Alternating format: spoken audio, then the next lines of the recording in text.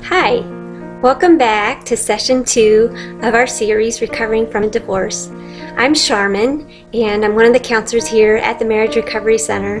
And I have been through a divorce I did not want, and all of the things I talk about here are things that I've experienced myself. And one of those things is learning how to handle grief well. The session today is going to be about what to do with that grief and how to use it to make your life actually better from here on out rather than staying stuck in it. I know that one of the things that you probably already figured out is that going through a divorce, the loss of your spouse feels a lot like the death of that spouse, because the person you thought you knew is dead and gone somewhere.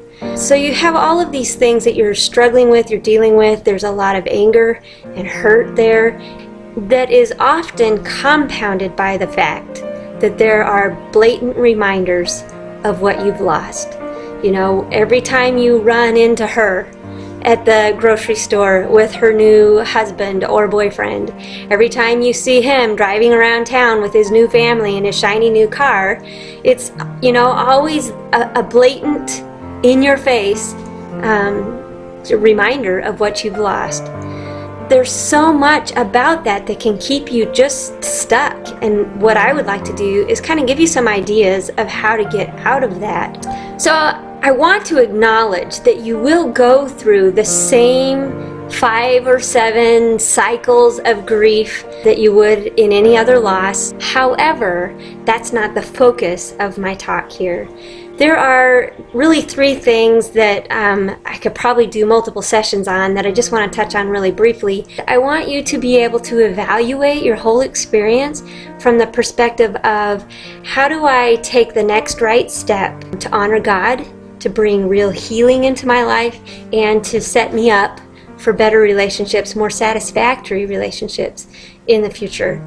The first one is feel it. Let it hurt. Let it be what it is, and don't just try to stuff it, because it does hurt. You know, God writes on our hearts that families, relationships are meant to stay together, and so that hurt is there because it reminds us that that's not what we were created for. If you let yourself feel it, acknowledge it for the hurt that it is, you'll actually get to the other side of this where you'll still carry the pain of it, but it won't be this huge baggage that you'll carry into your next relationship.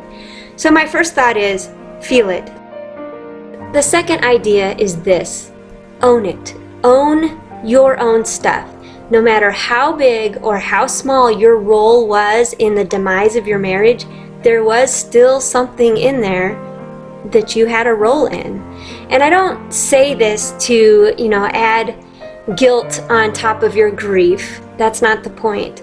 The point is, when you take stock of what you did to contribute to this whole breakdown, it enables you to learn what to do better next time. If you just look at it, blame it all on your spouse, talk about how none of it's really your fault, then you'll not really learn anything that you can take to make your future better. I just heard someone say today that no one has ever blamed their way into a better future. So, kind of on that thought is, own your own piece of the pie. Take responsibility for the things that you did that contributed to the lack of connection, the misinterpretation, the anger, the angst, and figure out how to deal with that in a way that you don't carry those same habits into your next relationship. The last thing would be release it. There are a million hurts and losses in your story that can never be repaid. Never. Nights that she spent alone sleeping at someone else's house, dinner alone with your kids while he was out whining and dining another lover. The finances, paying the attorney, all these huge things that could never be repaid. And as much as you would like to see there be some sort of retribution, you can't make that happen. Only God can make that happen. So in order for you to move on to your own future without carrying that angst and that baggage of what you're feeling from those from those losses, from what was stolen from you, you have to let go of it. As hard as it is, you have to let go of it. In order for you to make the most of your next relationship, your next step, your of today, release that. Let God take care of the consequences. Let him or her feel the consequences of their own choices, and let that be enough while you just go on with your life, your day, growing in Christ, growing in your ability to love people around you the way Christ loved you, and just let go of it. And answer the question, come to a good, firm conclusion. What do I own? What do I need to release? What do I need to do to let those things be buried in the ground and grieved so that I can move on? I covered these really quickly because this is just supposed to be a short video, but I want you to take those things and just begin to think about how to use them to turn your focus from the past to the future.